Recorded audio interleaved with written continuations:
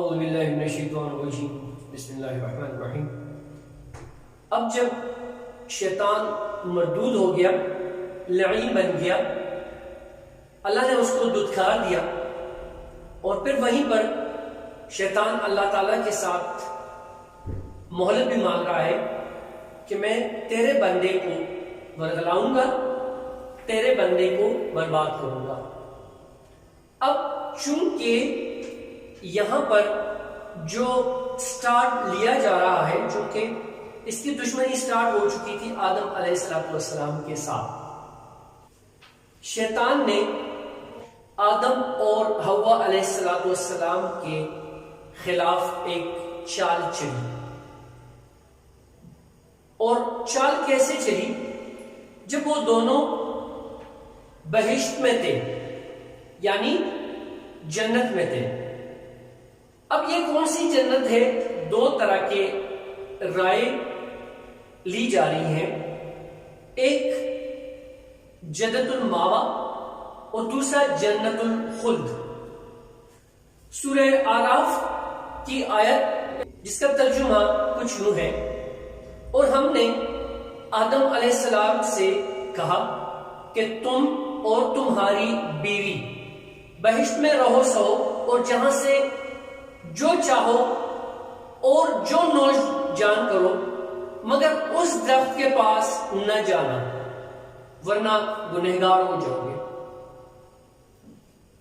سو شیطان دونوں کو بہکانے لگا تاکہ ان کی سطر کی چیزیں یعنی شرمگاہیں جو ان سے پوشیدہ تھی کھول دے، اور کہنے لگا کہ تم کو تمہارے پروردگار نے اس درخت سے صرف اس لیے منع کیا ہے کہ تم فرشتے نہ بن جاؤ یا ہمیشہ جیتے نہ رہو، اور ان سے قسم کھا کر کہا کہ میں تو تمہارا خیر خواہ ہوں۔ غرض مردود شیطان نے دھوکہ دے کر ان کو معصیت کی طرف کھینچ لیا۔ جب انہوں نے اس درخت کے پھل کو کھا لیا تو ان کی سطر کی چیزیں کھل گئیں، اور وہ بہشت کے درختوں کے پتے توڑ توڑ کر اپنے اوپر چپکانے، سطر چھپانے لگے۔ تب ان کے پروردگار نے ان کو پکارا، کن کو؟ حضرت آدم علیہ السلام کو اور حضرت حوا علیہ السلام کو، کہ کیا میں نے تم کو اس درخت کے پاس جانے سے منع نہیں کیا تھا اور جتا نہیں دیا تھا کہ شیطان تمہارا کھلم کھلا دشمن ہے؟ اب یہ درخت کون سا تھا، اس بارے میں مفسرین کی مختلف آراء ہیں۔ بعض علماء کے نزدیک وہ انگور کی بیل تھی۔ وہاں بن منبہ رحم اللہ علیہ نے فرمایا اس کا دانہ مکھن سے نرم اور شہد سے زیادہ میٹھا تھا۔ ابو مالک رحم اللہ علیہ فرماتے ہیں وہ کھجور کا درخت تھا۔ مجاہد رحم اللہ علیہ نے فرمایا کہ وہ انجیر کا درخت تھا۔ ابو العالیہ رحم اللہ علیہ نے فرمایا یہ کوئی ایسا درخت تھا کہ اس کو کھانے سے قضائے حاجت کی ضرورت پیش آتی تھی، اور جنت کی زمین میں قضائے حاجت مناسب نہیں۔ اب یہاں پر اگر ہم صحیح بخاری کی اس حدیث کی طرف جائیں، نبی کریم صلی اللہ علیہ وآلہ وسلم نے فرمایا اگر بنی اسرائیل نہ ہوتے تو گوشت کبھی خراب نہ ہوتا، اگر حوا نہ ہوتی تو کوئی عورت اپنے خاوند کی خیانت نہ کرتی۔ حضرت ابن عباس رضی اللہ عنہما سے مروی ہے کہ آدم علیہ السلام کو مکہ مکرمہ اور طائف کے درمیان دہنا میں اتارا گیا۔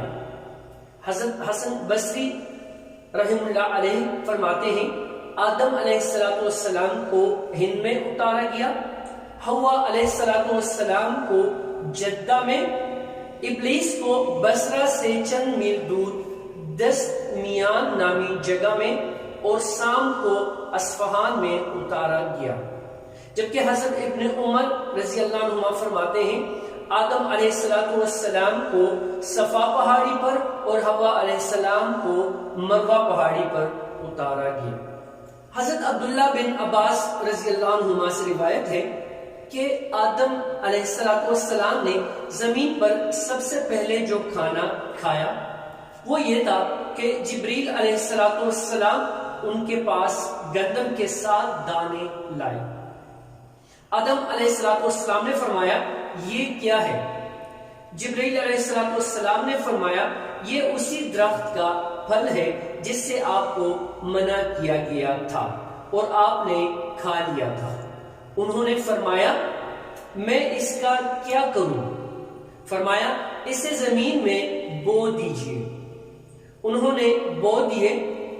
ان میں سے ہر ایک دانے کا وزن موجودہ دور کے 1,00,000 دانوں سے زیادہ تھا۔ وہ اگ آئے، وقت آنے پر انہیں کاٹا، گاہا، بز سے دانے الگ کیے گئے، پھر انہیں پیسا اور گوندا، پھر اس آٹے کی روٹی پکائی، پھر کھائی۔ اس طرح انہیں بہت محنت اور مشقت کے بعد کھانا ملا۔ جب اللہ تعالیٰ نے حضرت آدم علیہ السلام کو اور حضرت حوا علیہ السلام کو جنت سے نکالا، جنت یعنی راحت و سکون والی جگہ سے نکال کر مشقت اور محنت والی زندگی مہیا کی، تو انہیں اپنی غلطی کا احساس ہوا اور وہ اللہ کی طرف متوجہ ہوئے۔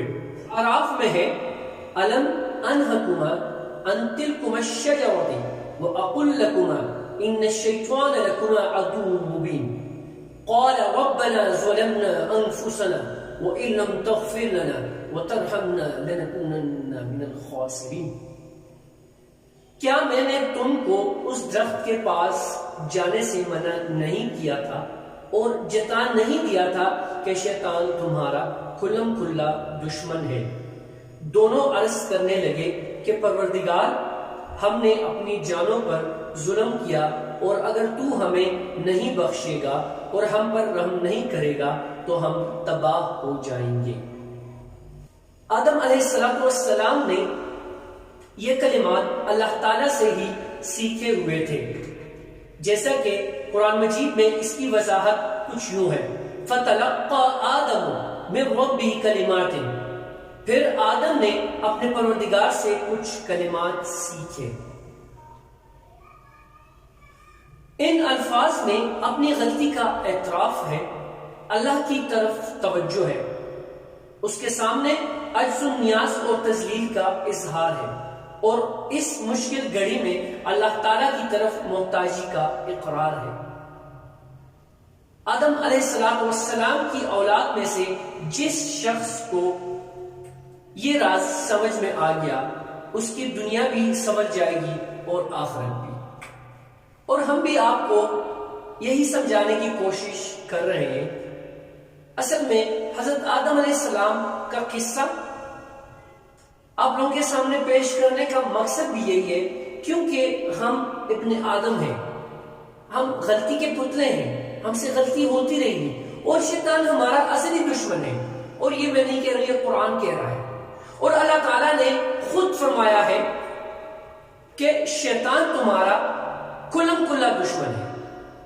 اور جب ہم شیطان کے بتائے ہوئے رستوں پر چلیں گے تو پھر وہی ہوگا جو حضرت آدم علیہ السلام کے ساتھ اور حوا علیہ السلام کے ساتھ ہوا تھا۔